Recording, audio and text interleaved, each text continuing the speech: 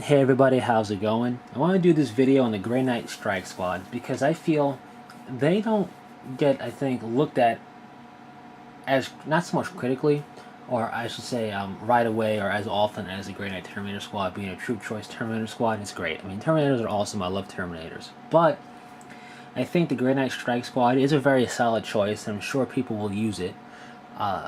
But I wanted to devote some time to it before I talk about the Terminators because I feel the Grey Knight Strike Squad, not so much at its sideline because it's a very viable option, but you may be more inclined to look at the Terminator Squad because, well, the Terminators. So Grey Knight Strike Squad is pretty much the stat line of a tactical squad in terms of the stat line for the Grey Knight and for the Justicar. The Justicar has the stat line of the Sergeant. And the squad consists initially of 4 Grey Knights and 1 Justicar that are infantry. They got Power Armor, Stormbolter, Nemesis Force Sword, Frag and Crack Grenades, as well as Psych Out Grenades. Psych Out Grenades make Demons and Psychers go at initiative 1 on the turn that this squad charges into them. Any Demon or Psyker in the opposing unit or units. So that's pretty cool. They have the standard Grey Knight special rules of the Aegis and the Show No Fear, Brotherhood of Psychers, Combat Squads, Preferred Enemy Daemons, as well as Deep Strike. They have the psychic powers of Hammerhand and Warp Quake. I'll go over psychic powers in more detail in another video, but because this is specific to a squad, I'll pretty much have to go over it now because it's not going to be in the Librarian Psychic thing, Psychic Power section, because you can't take it. Warp Quake is interesting. And before I go into it, I want to say they can take a Rhino or a Razorback as a dedicated transport. So that's kind of cool. Now, Warp Quake.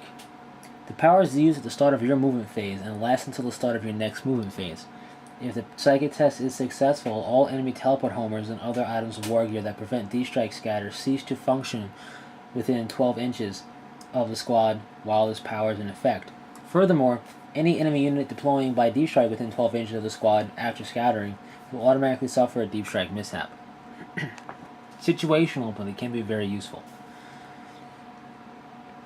Now, you can include up to 5 additional Grey Knights to the squad, and for every 5 models in the squad, 1 Grey Knight may replace his Stormbolter and Nemesis Force Sword with one of the following: a Silencer, Side Cannon, or Incinerator.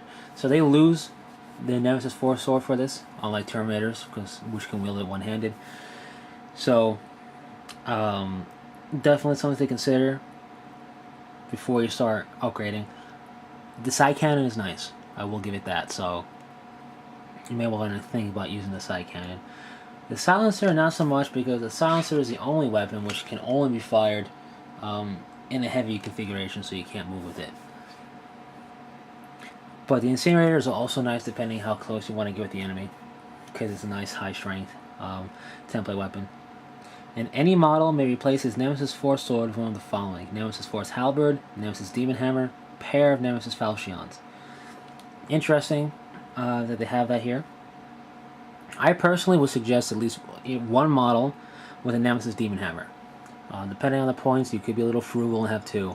But I'd rather save that, because for the price of 1 Nemesis Demon Hammer, you can take 2 Nemesis Force Halberds. So have 1 Nemesis Demon Hammer and 2, at least 2, maybe 3 Nemesis Force Halberds for the initiative 6, if you plan to get into close combat.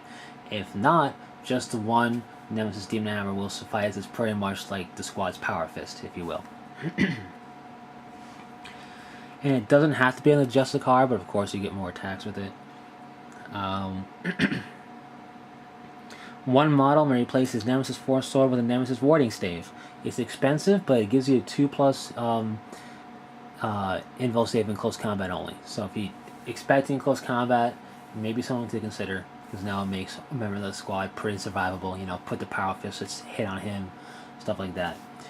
And just to be clear, the Nemesis Demon Hammer is a Thunder Hammer force weapon. So that's kind of cool. The entire squad might take Cybolt ammunition, and if you go with the 10-man squad, it may very well be useful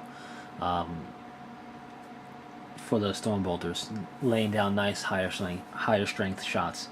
And the Justicar may make any of his weapons master crafted. So, that's the Grey Knight Strike Squad. Interesting notes here. They can deep strike down, so they can make use of a teleport homer, or they can make use of those servo skulls that I mentioned in their own video. This is where if you have those 3 servo skulls scattered about, you can make use of that here with the Grey Knight Strike Squad to bring them in somewhere close. It's a little bit more risky than a full-on deep strike without any scatter, but you got more options with those servo skulls. And this Grey Knight Strike Squad deep strike, so you can do it with that.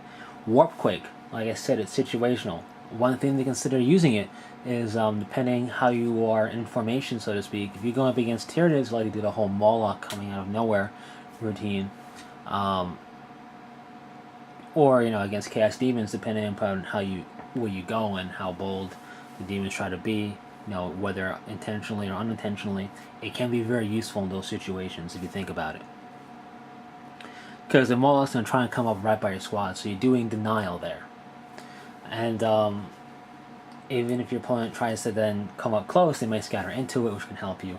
It's situational, it's a defensive thing. You shouldn't really expect it to actually happen. You shouldn't expect the opponent to scatter into range. You should really expect them to specifically stay out of range, which will benefit you because they may not be coming in where they want to come in. So it's situational depending on what you're facing. At the same time, you got to consider the fact that they really only can do 1 psychic test a turn. So, with that in mind, you got to figure out: do you want to Warp Quake with the squad? Are you going to get into close combat? If you are, maybe you don't want to Warp Quake. Maybe you want to pretty much, what's it called? Activate your Nemesis Force weapons. There we go. Or maybe you want to use Hammerhand, which increases your strength by 1 in close combat, and I'll go over that in a Psychic Powers video. So it's things to consider. It has 2 Psychic Powers, where a lot of squads, not a lot, but like for example, the Terminator Squad only has 1 Psychic Power. The Troop Choice Terminator Squad. So something to consider there.